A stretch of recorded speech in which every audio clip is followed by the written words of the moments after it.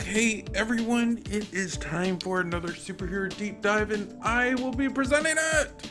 I am, of course, your host, Jason, and I have a good show set up for you today. Let me get my disclaimers out of the way, and yeah, we'll get into it. So, the information is pulled from different sources across the internet and may or may not be completely complete, but they do give a really good insight on the current superhero.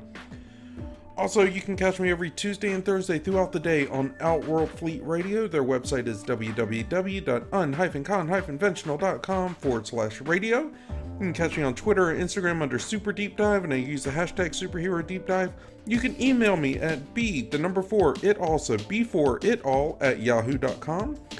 And you can catch me every day on YouTube under Superhero Deep Dive. I post videos throughout the day, every day. Gosh, it feels like every single day. Recently hit 500 subscribers, so thank you for that. Right now, I am at about 700 or so.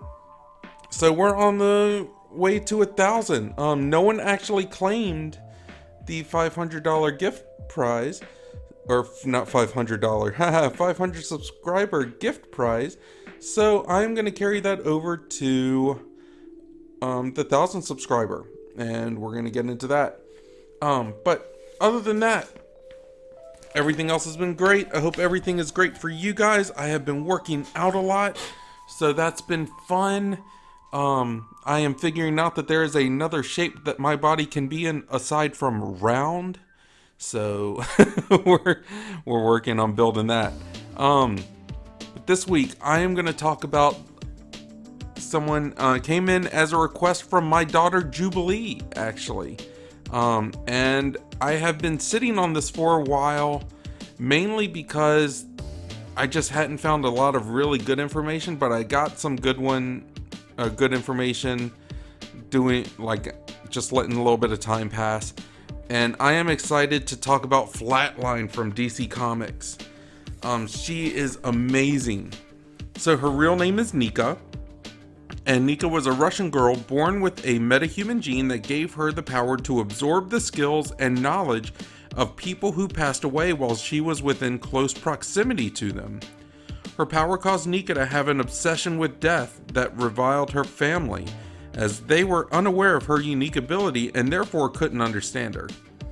As a young teenager, Nika visited her dying grandfather in the hospital, and although he was believed to be a kindly man, Nika witnessed horrific visions of her grandfather's past upon his death, and that revealed his prior occupation as a sadistic serial killer. Although Nika tried to tell her family about her grandfather's secret, no one would believe her.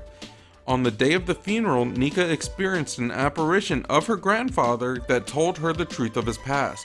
The grandfather explained that he had gained powers similar to Nika's due to secret experiments conducted by the KGB, and said that powers that had been passed down to her. He also warned her that dangerous people would be coming after Nika and her family, as those responsible for the experiments would want to silence anyone Nika's grandfather could have told about his powers. Sure enough, a trio of armed killers arrived on the scene and attempted to execute the family. Nika leapt into action with her grandfather's skills and killed the trio with her bare hands, assimilating their skills as a result. Instead of being thankful, Nika's family was terrified by her and fled the scene. She subsequently left her home in Moscow and went on a journey to absorb the skills of great warriors who had died. However, Nika soon discovered that she couldn't inherit the knowledge of the long dead, instead needing more freshly killed targets for her power to take effect. Her travels ultimately led to Tokyo, where Nika sought to learn from a minor supervillain, an enemy of Batman named Lord Deathman. Gosh, that's a terrible name. That superhero or supervillain was obviously designed by a 5-year-old. Alright, although Lord Deathman was initially hesitant to take her on as his sidekick, he ultimately agreed to. Now known as Flatline, Nika trained in martial arts under Lord Deathman for some time. Her new mentor had the power to regenerate from any physical damage and essentially cheat death, meaning that Flatline was able to kill him over and over again and accumulate new skills and knowledge. Under Lord Deathman's tutelage, Flatline quickly became one of the most skilled martial artists in the world. Okay, I can dig that. That makes sense. Kind of. That's like training under Wolverine and being able to absorb Wolverine skills. Because he's just gonna come back. He's gonna heal himself, come back, and you're still gonna have the knowledge and skills. So you'll constantly get better as they are constantly fighting for their lives. Alright, so on the day of a tournament, Flatline and the other combatants gathered on the island and listened to the League's representative, Mother Soul, introduce the legendary event. However, Mother Soul was interrupted by Robin, the son of Batman, who arrogantly flaunted his belief that he would claim victory. He asked the fighters to step forward and face him, which was a request that Flatline fulfilled. After sustaining a single punch from Robin, Flatline explained why she was superior to him as she overwhelmed his defenses and ripped out his heart. What? As Robin fell to the floor dead, Mother Soul explained the rules and intricacies of the island. Among the rules was that combatants could only fight while the sun was up. The next morning, Flatline participated in a free-for-all on the beach of the island. She fought the English assassin Lady Vic and awkwardly apologized after she impaled the supervillain with her own sword. Shortly thereafter, Flatline witnessed the revived Robin show off his skill by brutally executing several fighters simultaneously. Robin signaled Flatline to let her know that he would be watching her, although instead of taking this threat seriously, she playfully winked at him. She later fought and defeated the martial artist Constantine Dracon. At night, Flatline decided to follow Robin, who was heading out of the base camp into the heart of the island. Her reason for doing so was because she wanted to become better acquainted with him. Robin noticed her presence and begrudgingly allowed her to follow him. Together, they discovered Mother Soul speaking with the other League members at the base of a large Lazarus pit, a mystical pool of liquid that could rejuvenate or resurrect those that bathed in it. Flatline went to ask Robin what he thought the League was up to, although he had already vanished. She then headed down to the beach where the tournament participants were socializing and having a good time, while the nighttime truce was still in effect. Eventually, Robin entered the gathering with the mercenary Ravager in tow. Flatline approached him and asked him why he had ditched her, although he ignored her and performed a knife trick that impressed the gathered combatants. The fighters began regaling each other of their experiences with Batman, which prompted the dejected Robin to leave, as he didn't enjoy living in his father's shadow. The next morning, Flatline was basking on the beach next to Connor Hawke when Ravager approached the pair and asked them if they had seen Robin anywhere. Flatline reported to her that, to her knowledge, no one, including herself, had seen him since he had left the party the previous night.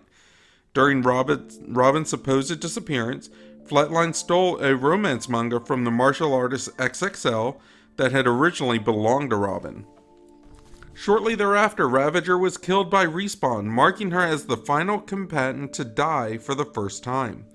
With everyone having died at least once, the League of Lazarus began using their magic to build an arena where the true tournament would commence. As the priests erected the structure, Flatline had to break up a fight between the disgruntled Ravager and Respawn. As the sun came up, Robin returned and declared that he would defeat those who had bested him. The fighting then commenced, during which Flatline ripped the heart out of the Hisarguan interrogator Brutal. After defeating Brutal, Flatline sat by Robin on the bleachers and spoke with him about the other fighters, and the state of the tournament in general. She returned Robin's romance manga to him and briefly told him about her personal history. Flatline moved under the bleachers with Robin, where they met with Ravager and the son of Green Arrow, Connor Hawke, to speculate on the true purpose of the tournament and what Mother Soul and the League of Lazarus may be planning. They were then interrogated by Respawn, who threatened the group and boasted that he would be the tournament's sole victor, and he was not afraid of dying. Wow, this is kind of intense. Later, the final 8 competitors, including Flatline, met one another in the arena for the final round. Flatline personally dual-drenched a young man who could channel electricity. That's all the information I really have for that as far as the history goes. But that's crazy, right? There's a League of Lazarus. That sounds kind of weird. But everyone has died, gone through the Lazarus pit to be resurrected, and now they're all psychotic. Or at least a little more psychotic than they were the day before. And let's get into her powers. She's got post-mortem skill absorption. Flatline's metahuman gene was inherited from her grandfather, who had gained his power after being experimented on by the KGB during his life. Although she had a lifelong obsession with death, Nika's metahuman ability didn't awaken until the death of her grandfather during her adolescent years. Flatline's power allowed her to witness the memories and experiences of the dead.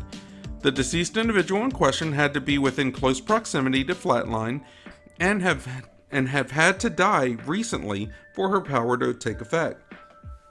Upon the activation of her power, all of the victim's lifelong memories would uncontrollably flood into Flatline's mind in an instant. As a result, Flatline gained access to any valuable knowledge a corpse was privy to. She also absorbed the muscle memory and skills of a target, meaning she gained access to the martial arts techniques of those who died around her. She's bilingual. Nika is fluent in her native Russian as well as English. Death prevention. Flatline can also learn from other people's death and how they died, and can prevent it from happening to her, as shown when fighting Damien at the last minute and blocking his attack, then proceeding to rip his heart out of his own body in their first fight instantly. Her death-based abilities allow her to not die the same way someone else did, which can also allow her to learn more about their flaws and how they were defeated, so it doesn't happen to her. She was also able to survive more than other players did in the tournament for a long time. She's also considered a master martial artist. Flatline was trained by some of the greatest martial artists to ever fail. I like that. She is trained by some of the greatest martial artists to ever fail. By learning from those who had failed, she gained a deep understanding of how to win by not making the same mistakes as her masters. Because of her unique tutorage, Flatline was an unorthodox yet impressive hand-to-hand combatant who was able to defeat the likes of Damian Wayne, Constantine Draken, and Lady Vic. Flatline was even able to rip a person's heart out with her bare hands. So, what I find cool about this is that she's in this tournament with the League of Lazarus. They had a bunch of fighters in there, and they had all died at least once. So, as long as they died near her, like as long as she was around, she gained all of their knowledge, like all of her opponent's knowledge throughout this. So that was kind of awesome. I mean, I'm just saying, like that's a pretty cool power to have. Now, what do you guys think of her history and her powers? Like, there's a lot of room with this, right? There's a lot of potential with this character. But let's go into some fun facts. Prior to her introduction, Flatline's design was well received by fans and generated excitement for her character and role in the Robin comic book series. Before her first appearance in Robin #1, Flatline actually had a cameo appearance in Detective Comics 1034, wherein she appeared on a computer screen picturing some of the fighters that were to partake in the tournament held by the League of Lazarus. And lastly, she was not the first DC Comics character to bear the moniker Flatline. The original was an enemy of Steel, who, with the exception of his name and a flatline emblazoned on his costume, was completely unrelated to the current version. I think this one might be a little bit better. This one's kind of hard to beat. But yeah, I would love to know what you guys think. Like I said, you can catch me on Twitter or Instagram under superherodeepdive. Now, my DMs are always open. I get messages every so often on there. You can email me directly, which apparently some of you guys like, which I'm fine with. It's B4itall, so b4itall@yahoo.com. You can email me anytime. I respond to everything unless it's spam. So, you know, even if you're like, hey, I don't like this episode, hey, I'm not a fan of your idea, I get it. As long as you're respectful, I will respond and be respectful back. You know, that's my only condition. Just be respectful. The best place though is to catch me on YouTube under Superhero Deep Dive. Comment, like, subscribe, share the video, help me grow the channel. Help me with any requests or critiques or fun facts that you may know about the character that maybe I missed. Because I was not familiar with this character, so it was cool. I saw her originally and thought that maybe she was a daughter of Joker or something, or, you know, and I couldn't have been more wrong. But yeah, let me know what you guys think. Until you do though, let me give you my final thoughts on the character. So Flatline was a complete surprise to me. I mean, her power set's awesome, and I'd love to see something from her where she just goes ballistic and kills a bunch of people. You know, just to get all that stuff. Like, you know, it'd be really cool. Let's set up a show that's got her as an assassin, and with each kill, she gets stronger and stronger. Not just with her fighting skills and like learning different techniques, but she also learns like trade secrets and stuff. Like, she learns combinations, she learns where money is cached at and stuff like that. You know, like she learns all these different things from it. So she would get stronger, she'd get richer, she'd get smarter, more clever, all that stuff. But in this show where she goes up and she's an assassin and has to kill people, what if it turns out that her main benefactor, so the person that hires her, is actually Amanda Waller. And she's just doing the jobs that Waller doesn't want to get the Suicide Squad involved in. Like there's some people that need to be taken out, and she doesn't want a big show of it with the squad, so she hires Flatline to do it. And where Flatline gets stronger from each job, she doesn't even realize that she's working for the government until it's way later. Like later in the series, we can introduce other DC characters as well, like Damian Wayne, Batman, and other members of the Bat family. We can even have kind of run-ins with Suicide Squad members, stuff like that.